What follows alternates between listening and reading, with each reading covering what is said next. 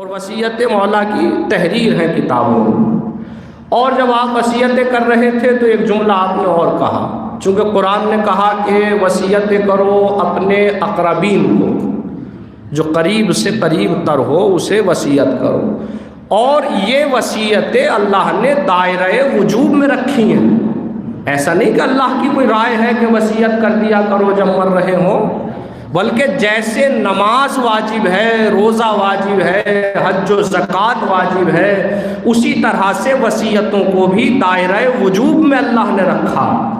بس فرق اتنا ہے کہ اللہ نے وصیتوں میں شرط رکھی ہے، نماز روزے میں کوئی شرط نہیں رکھی ہے۔ جب حکم دیا تو کہا اقیموا الصلاۃ، نماز پڑھو، کوئی شرط نہیں، کب پڑھو، کیسے پڑھو، کس عالم میں پڑھو، کس کیفیت میں پڑھو، قرآن نے اس پر کوئی بات نہیں کی۔ اقیموا الصلاۃ، نماز قائم کرو، یعنی اردو میں کہا جائے گا نماز پڑھو۔ یہی وجہ ہے کہ علماء کہتے زندگی کے کسی بھی حصے میں چاہے کتنا ہی سخت حصہ کیوں نہ ہو، نماز کا پڑھنا کبھی ساقط نہیں ہوتا۔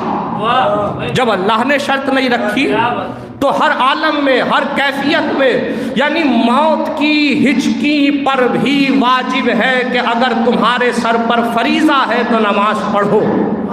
اور یہ عبارت کتاب کے اندر صرف زینت بن کر نہ رہ جائے کہ لوگ اسے پڑھیں۔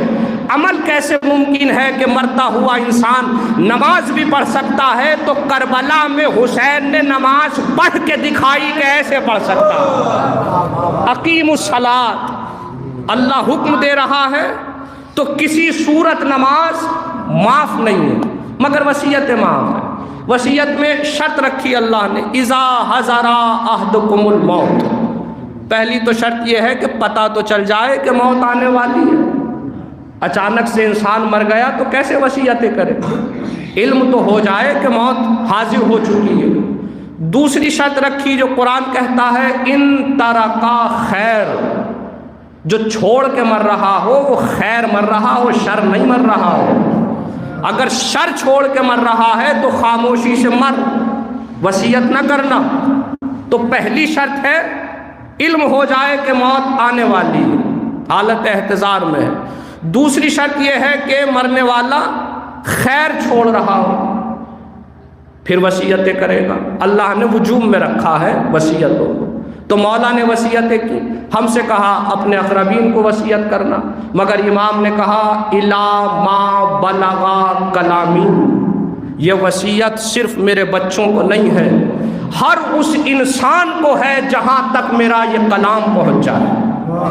یعنی اگر آج اس مجمع میں علی کا یہ کلام بیان ہو رہا ہے تو گویا مولا ہم سے وصیتیں کر رہے ہیں، صرف جناب حسنین سے نہیں، ہم سے وصیتیں کر رہے ہیں۔ کیا وصیت کی؟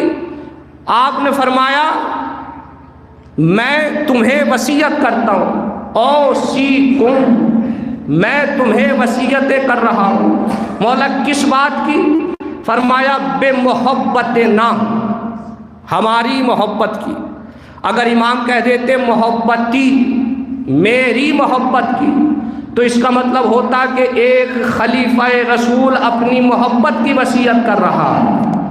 مگر امام نے کہا الا محبتنا، اپنی ہماری محبت کی، اس کا مطلب یہ ہوا سارے اہل بیت اور آئمہ کی محبت و ولایت کی علی نے وصیت کی ہے۔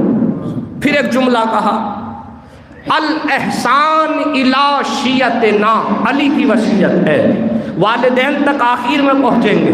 مولا فرما رہے ہیں میں وصیت کر رہا ہوں اپنی ولایت اور محبت کی، والاحسان الی شیعتنا، اور ہمارے چاہنے والوں کے ساتھ حسن سلوک سے پیش آؤ۔ والدین آخری منزل کا نام ہے، ہمارے چاہنے والے، ہمارے شیعوں کے ساتھ حسن سلوک سے پیش آؤ۔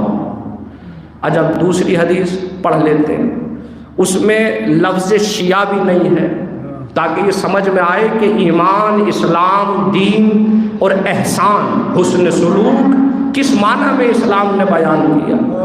یہاں تو امام نے کہا الی شیعتنا، یعنی دائرہ مختص ہے، چھوٹا ہے، ہمارے شیعوں کے ساتھ حسن سلوک سے پیش آنا۔